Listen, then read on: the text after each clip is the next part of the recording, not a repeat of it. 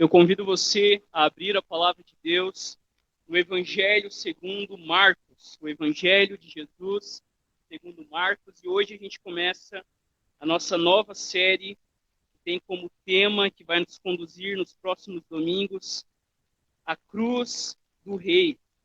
Hoje, então, nós começamos essa nova série, e nós vamos seguir trecho a trecho de Marcos, o primeiro evangelho escrito, registrando a história desse novo rei que surge para nos salvar.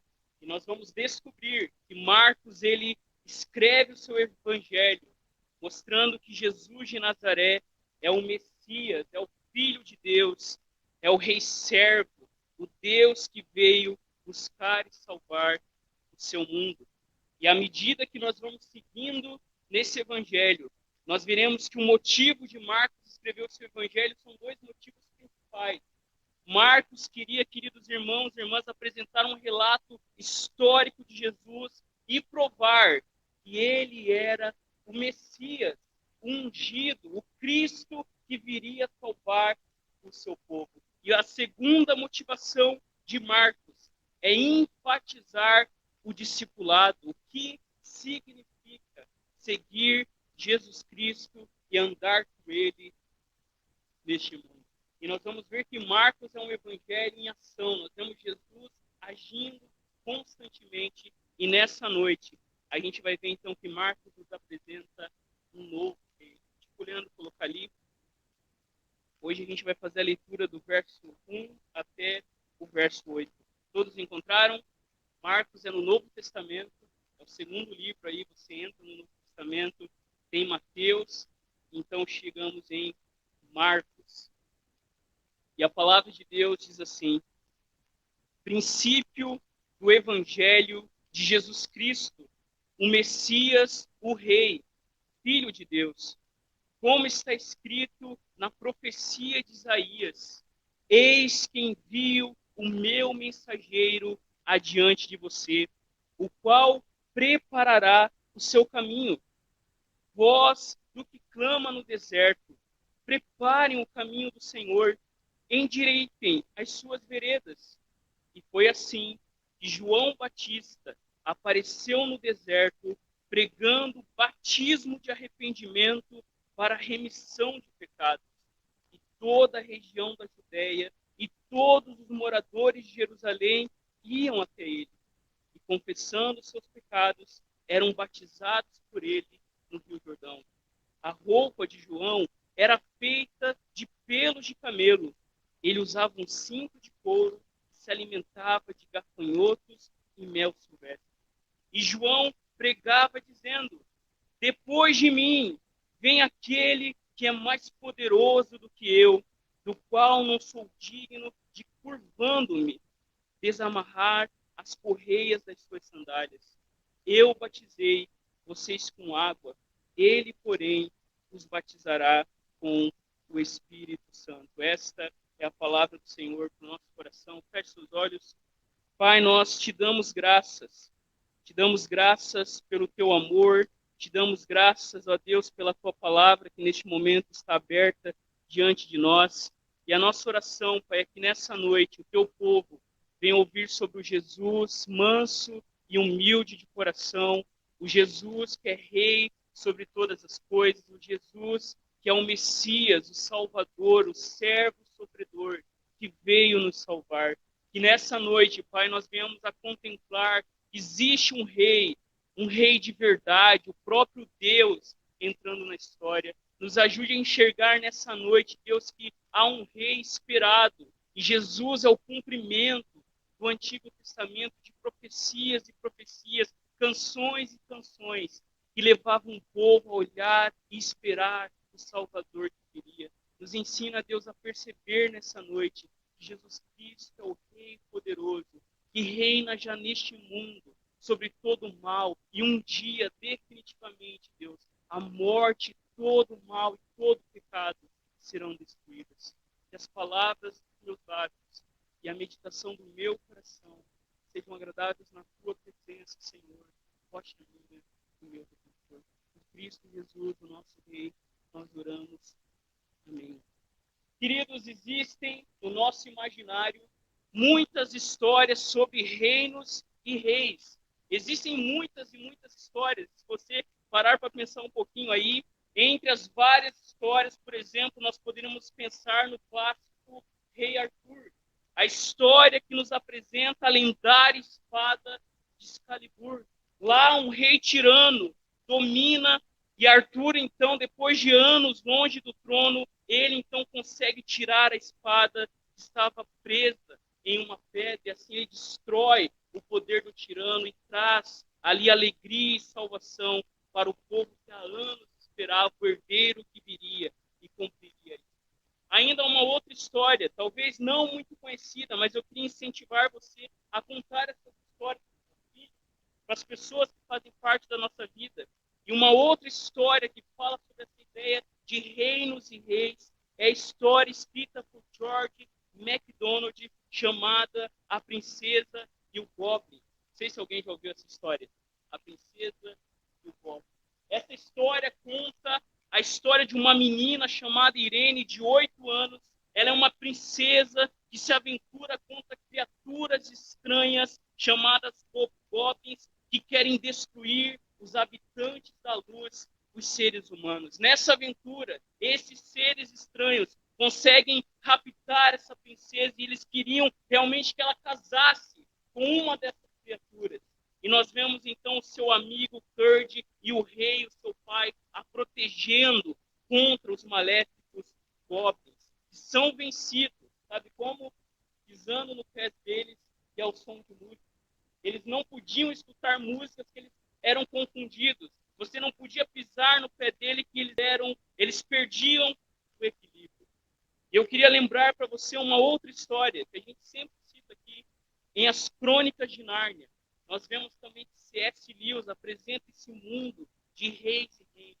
E numa dessas crônicas, em O Príncipe Caspian, nós vemos a história de como, sob condições terríveis de tirania, um bando de fiéis narnianos continua a agarrar-se à memória dos principais eventos redentores de Nárnia. Isto é, quando Aslan, o leão, assistido por 4 filhos e filhas de Eva, libertou Nárnia da servidão perversa da feiticeira.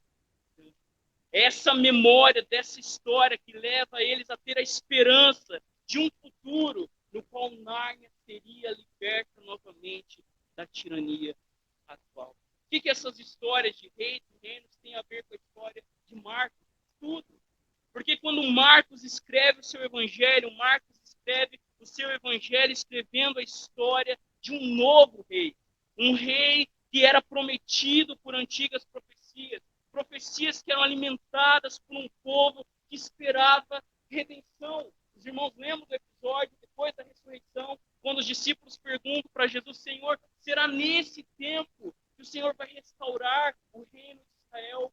O povo esperava um rei que traria libertação, que faria justiça sobre o mundo. Quando Marcos escreve o seu evangelho, ele abre e dá as boas-vindas, apontando para um verdadeiro rei que veio para salvar o seu povo, em cumprimento de promessas de que um novo rei destruiria o poder do mal. Marcos, queridos, ele narra a identidade de Jesus, o que ele fez, o que ele falou, e nos chama hoje, à semelhança de muitas histórias sobre reinos e reis, a nos ajuntarmos ao único rei que governa sobre todas as coisas. E nas palavras de C.S. Lewis, o cristianismo é, na verdade, a história de como o rei por direito desembarcou disfarçado em sua terra e nos chama a tomar parte numa grande campanha. Essa é a história do cristianismo.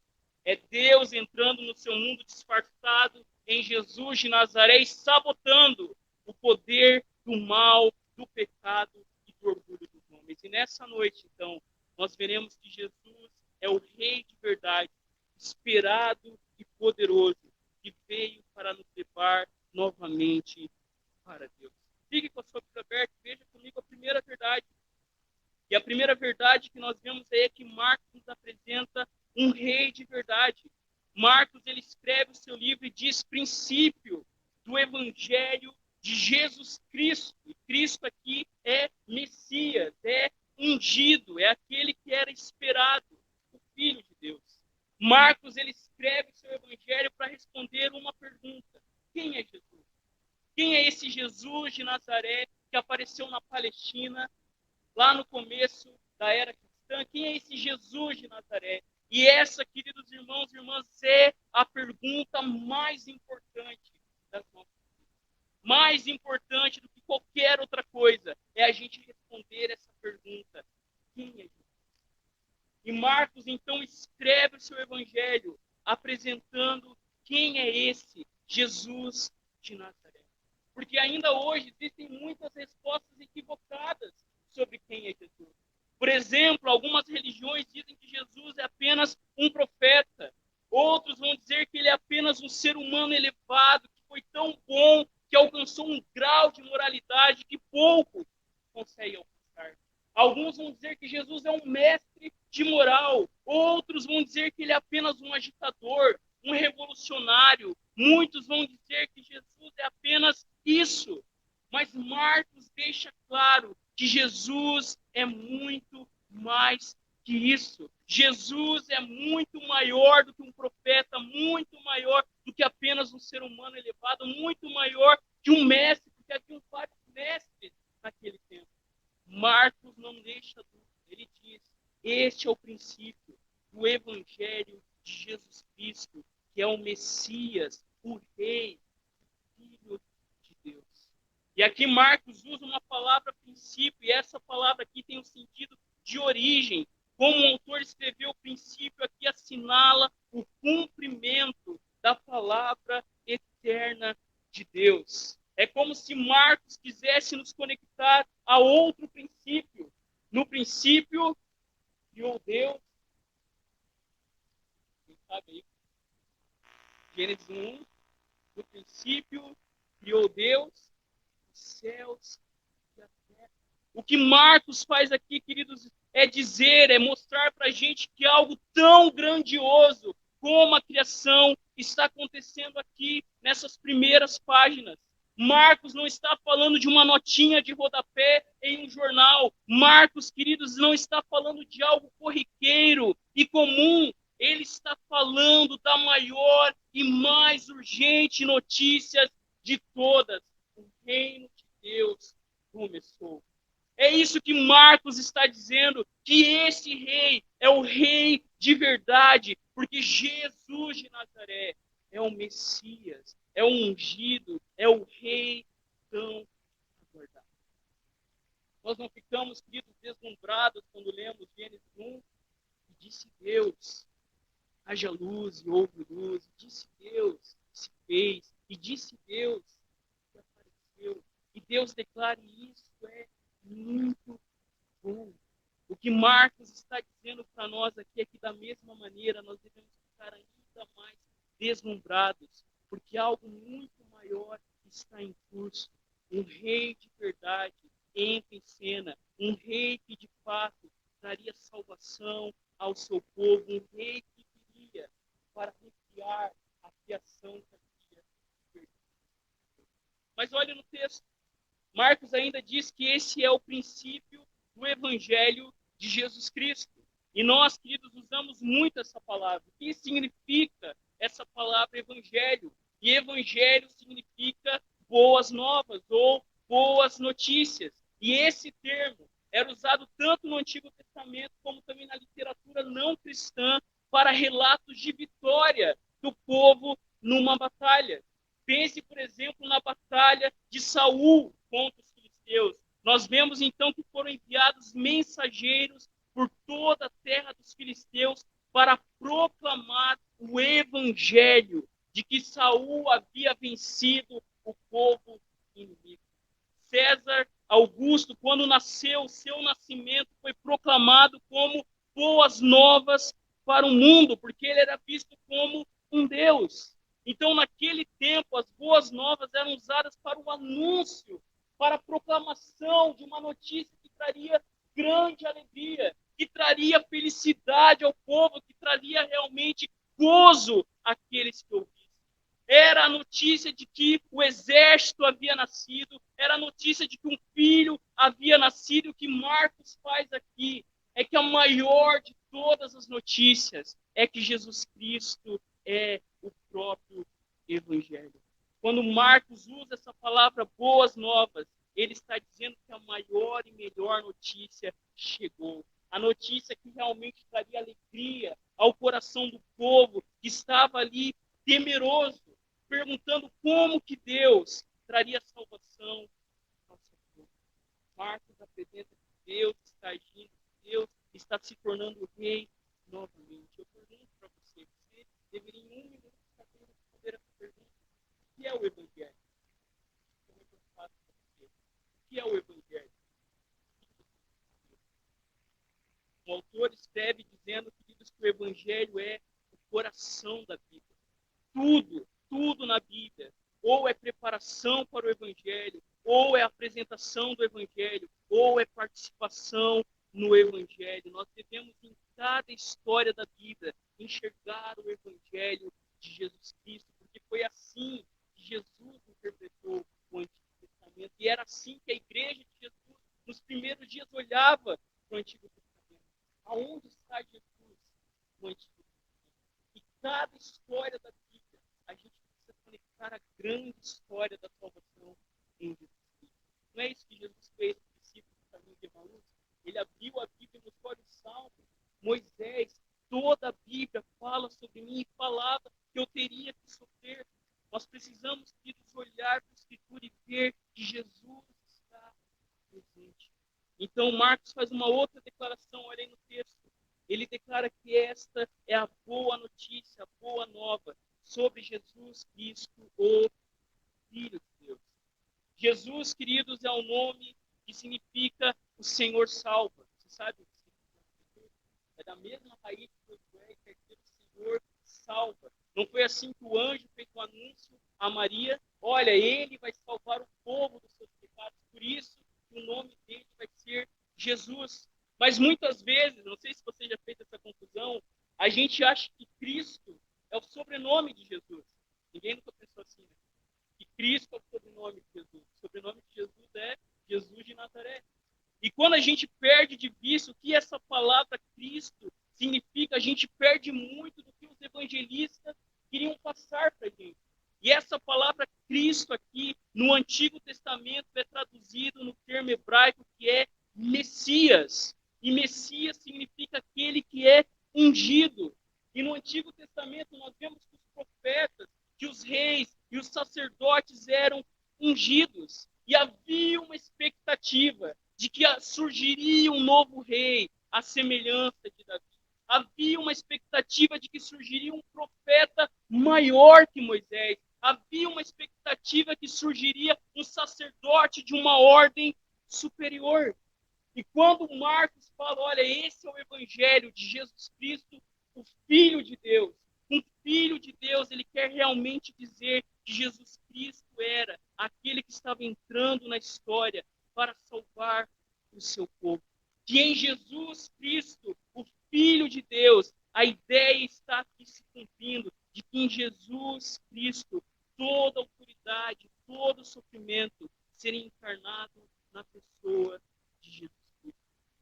Jesus Cristo é Filho de Deus. E como Filho de Deus, Jesus não se exaltou, mas ele se humilhou. Jesus, como Filho de Deus, nos ensinou que o caminho para baixo é o caminho para o alto. Que ser rebaixado é ser elevado, que o coração quebrantado é o coração curado, que o espírito contrito é o espírito alegre, que a alma arrependida é a alma vitoriosa. Não ter nada é possuir tudo, carregar tudo, carregar coroa. Jesus, como Filho de Deus, revela a sua identidade, não se gabando disso, mas se esvaziando, tomando a forma de ser humano. Eu lembro que há muito tempo atrás, talvez você ou já tenha usado, tinha uma camisa que tinha a seguinte frase: não sou dono do mundo, mas sou filho do dono. alguém. Pode que a pessoa que usa, pode ser que ela não está usando com esse sentimento. Mas o Filho de Deus, revelado em Jesus Cristo, é um Deus, é um Rei, que mostra a sua filiação, não em glória, mas na cruz. E é esse Filho de Deus que é envolvido por sofrimento, que carrega uma cruz sangrenta, que Marcos nos apresenta como o Rei. É o Jesus que nos ensina, queridos irmãos e irmãs, os últimos serão os primeiros. Que aquele que realmente abre o seu coração, que se entrega ao Senhor, recebe muito mais do que deixou. Mas olhe comigo no texto uma segunda verdade. Esse rei é um rei de verdade, mas esse rei também é um rei há muito esperado. Porque olha o que o 2 diz. Como está escrito na profecia de Isaías: eis que envio o meu mensageiro adiante de você, o qual preparará o seu caminho. Mas olha, queridos, o que Marcos faz aqui. Marcos, ele nos conecta à grande história do Antigo Testamento. Marcos aqui cita o profeta Isaías, apesar disso ser profetizado também por Malaquias, apesar do que Marcos apresenta estar conectado também com o que Daniel fala no capítulo 7, que viria um servo sofredor sobre este mundo. Mas o que Isaías fazia era, há muito tempo atrás, profetizar que viria alguém que salvaria o povo dos seus pecados, que viria um novo rei, a semelhança de Davi, e esse sim seria o Deus forte, maravilhoso conselheiro, Pai da eternidade, o príncipe da paz. Isaías, queridos irmãos e irmãs, alimentava essa realidade de que viria um rei esperado, mas o rei esperado que Isaías apresenta é o servo de Yahvé, é o servo sofredor. E é exatamente essa figura que Marcos quer encontrar. Nós precisamos, queridos, olhar para a Bíblia e compreender a grande história da revelação do Deus triuno. Porque os profetas no Antigo Testamento, eles esperavam um dia em que de fato o rei tão esperado chegaria. Muitas canções, muitos salmos que nós lemos ainda no culto revelam isso, que haveria um dia que Deus viria sobre este mundo, que haveria alegria novamente quando o Senhor voltasse a Sião. São promessas e mais promessas ressoando no coração do povo de Deus, no povo hebreu, no povo judeu. E dessas, queridos irmãos e irmãs, promessas, os profetas nos lembram de muitas, e revelavam um Deus, um rei tão esperado, voltaria novamente e assumiria o controle da situação. Era isso que os profetas diziam, era isso que Isaías falava. Isaías falava sobre o juízo de Deus, mas Isaías também falava sobre a graça e o amor de Deus vindo a este mundo e tomando o controle da situação, colocando cada coisa no seu devido lugar. É esse rei esperado que Marcos apresenta. Eu pergunto para você, se eu perguntasse para você, quem está no comando do nosso mundo? Quem é o rei deste mundo? O que você responderia? Quem que governa sobre essa pandemia? Quem que reina sobre a doença que bate na nossa porta? Quem que é que realmente comanda o nosso mundo? O que você responderia?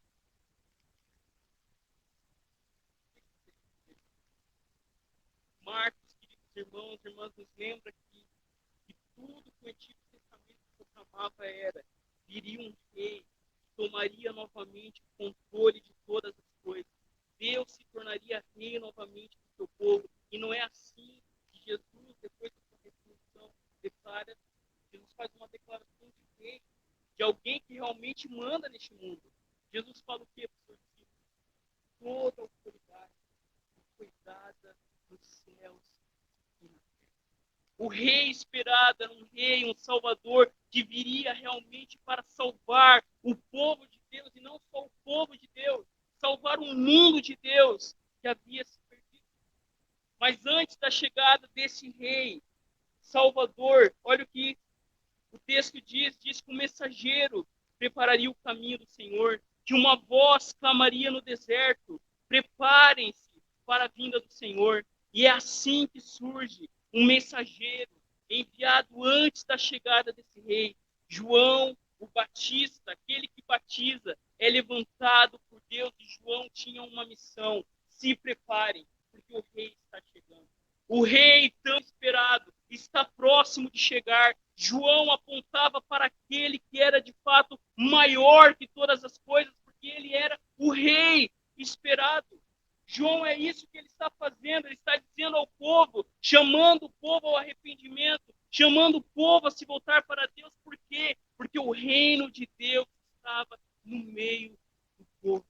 Da mesma maneira, queridos, hoje eu e você somos chamados a declarar que o nosso mundo, que a nossa vida é sobre Jesus e o seu reino. Que o nosso mundo é sobre esse rei aguardado, que o nosso casamento, o nosso dinheiro, os nossos talentos, tudo o que temos e tudo o que somos, existe para continuar a proclamar que Jesus Cristo é o rei sobre todas as coisas. Jesus governa as galáxias, mas ele também governa a minha vida. O Deus que chama as estrelas pelo nome é o Deus que também cuida do seu povo. E é isso que João faz.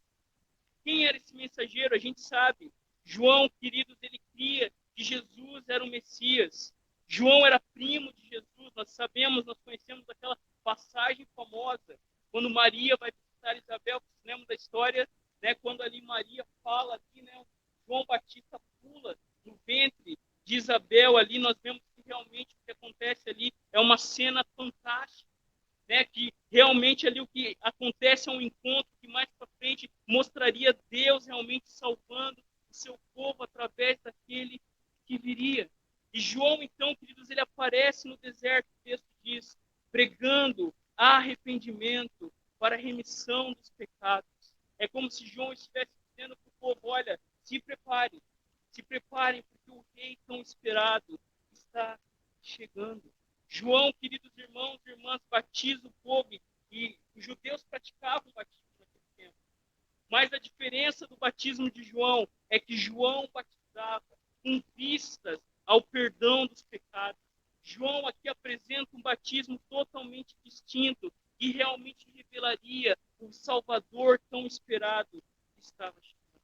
E como esse mensageiro se vestia, olha aí no texto, se vestia de uma maneira humilde e simples, roupas de pelo de camelo, um cinto de couro, e se alimentava de gafanhotos e mel silvestre. Uma figura nada convencional, nada atraente. Mas o que João está nos lembrando aqui?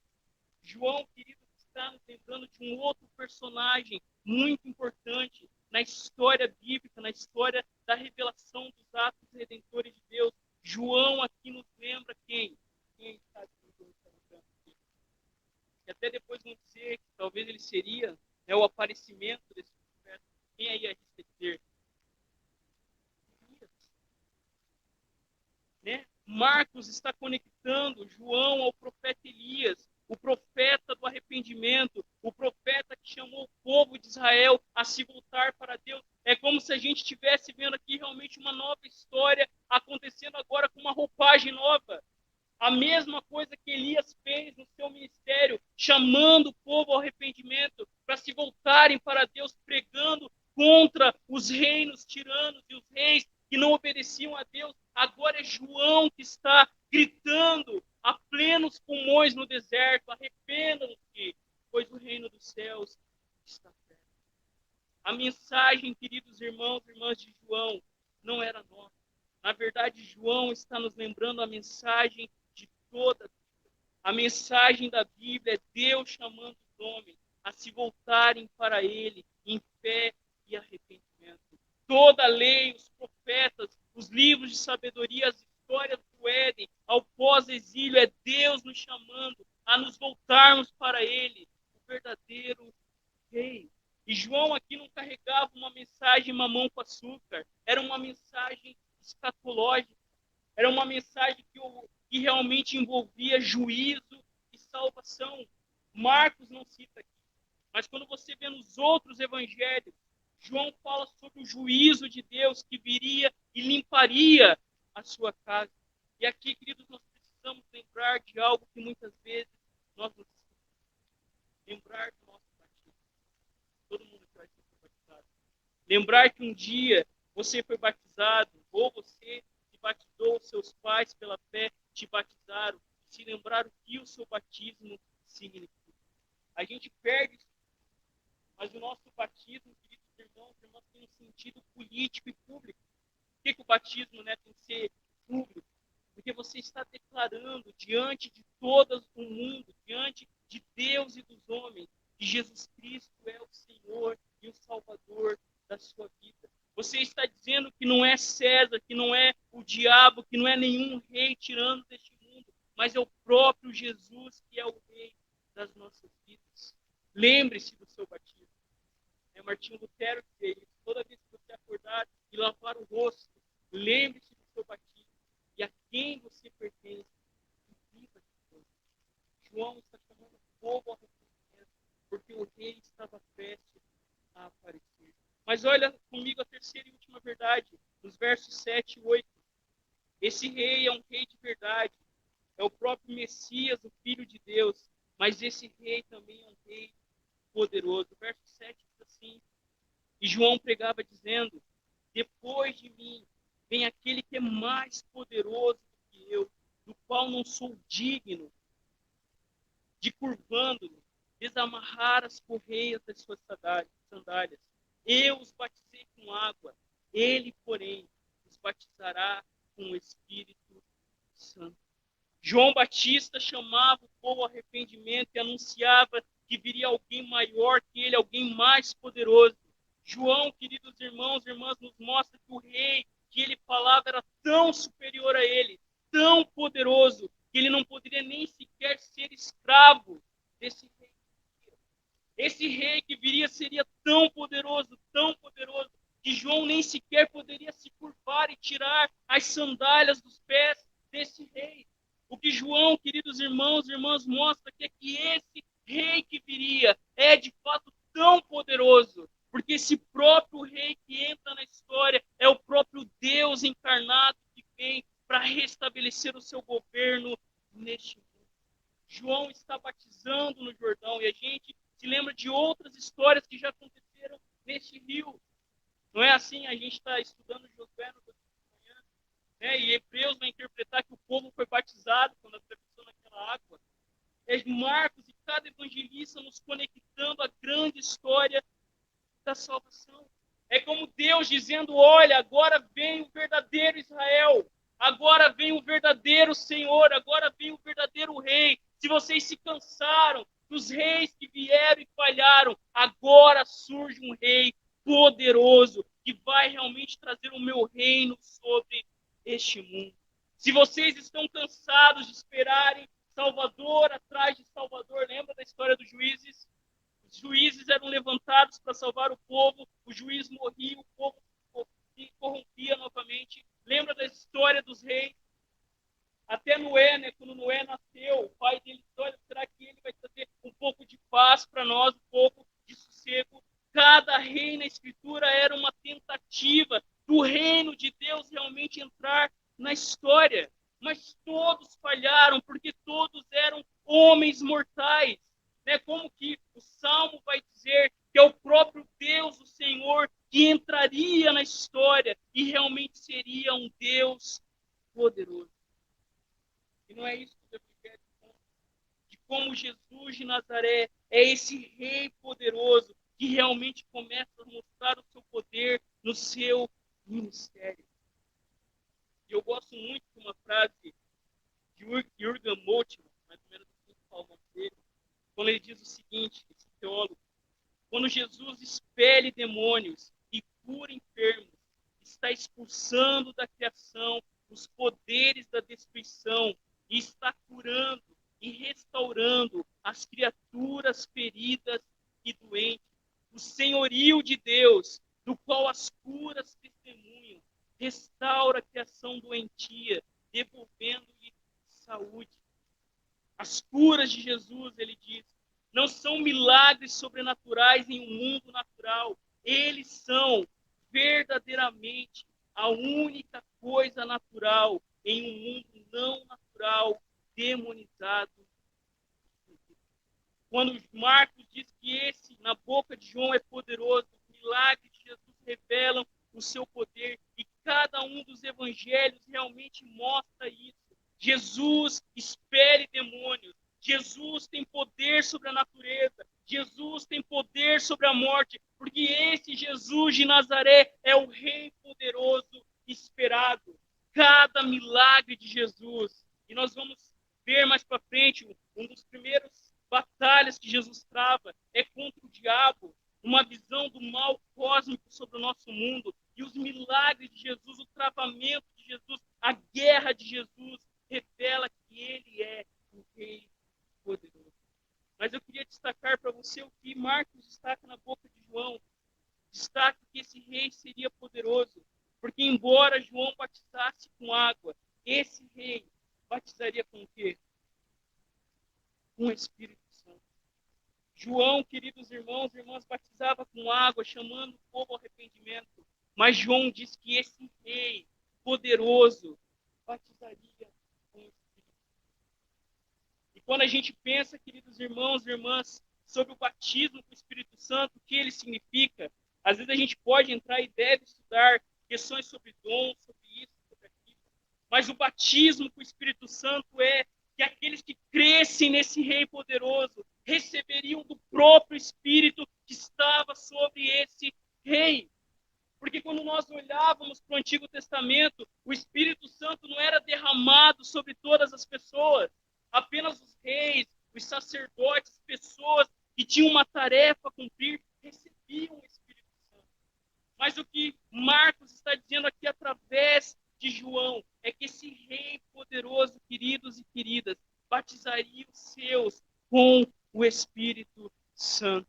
O Espírito Santo não seria somente para algumas pessoas, mas seria um derramamento universal sobre toda a carne. Esse Espírito agiria no coração dos homens. Esse Espírito seria derramado e habitaria no meio do povo de Deus, no meio do coração daqueles que creem nesse Rei. E é por causa do Espírito Santo que está em nós que nós temos essa esperança de que esse Rei poderoso surge, não como os outros reis, mas ele é tão poderoso que veio habitar dentro de nós por meio do seu Espírito, cumprindo o que Jeremias já dizia: olha, nos últimos dias, diz o Senhor, eu farei uma nova aliança com a casa de Israel. Não mais escreverei a minha lei em pedras, em tábuas de pedra, mas as imprimirei, as inscreverei. Aonde? Esse rei é poderoso porque ele faz algo impossível humanamente. Ele dá do seu espírito a todos aqueles que creem nele. Esse rei é poderoso porque ele dá o poder aos filhos dos homens se tornarem filhos de Deus. E se a gente começou dizendo que esse novo rei que surge é o filho de Deus, nós terminamos aí no verso 8, declarando que aqueles que são batizados com o Espírito Santo se tornam filhos de Deus. E passam, queridos irmãos e irmãs, a viverem as suas vidas com o poder de manifestar o reino desse rei aonde estiver. Não é assim que João declara: vede com que grande, com que imenso amor nos tem concedido o Pai, a ponto de sermos tratados como filhos. Se cremos nesse rei verdadeiro, nesse rei esperado, nesse rei poderoso, nós temos o Espírito Santo de Deus, que faz com que a gente hoje possa compartilhar e multiplicar o poder de Deus. E eu termino, queridos, lembrando que a gente não tem rei no Brasil, teve rei há muito tempo atrás, a gente não pegou o período da monarquia, mas há, queridos, um protocolo sempre complicado a ser seguido quando alguém se encontra com a rainha da Inglaterra, não é assim? É tanto que deu até um bafafá quando o Trump estava lá, virou as fotos da rainha, todo mundo falou que ele foi indelicado, né, que ele não seguiu os protocolos da nobreza, né? E há uma história que em 1992 o primeiro-ministro australiano ele foi criticado pela mídia depois que ele colocou o braço em volta da rainha. O cargo ocupado, né, pela rainha exige que o cerimonial seja seguido à risca. Ninguém pode postar a rainha. Tem até um vídeo do Papa. O pessoal tenta beijar a mão do Papa, e o Papa na mão. Há um protocolo a ser seguido, e principalmente em relação à rainha. Mas diferente da rainha, diferente de qualquer rei deste mundo, não é assim com esse rei verdadeiro, esperado e poderoso.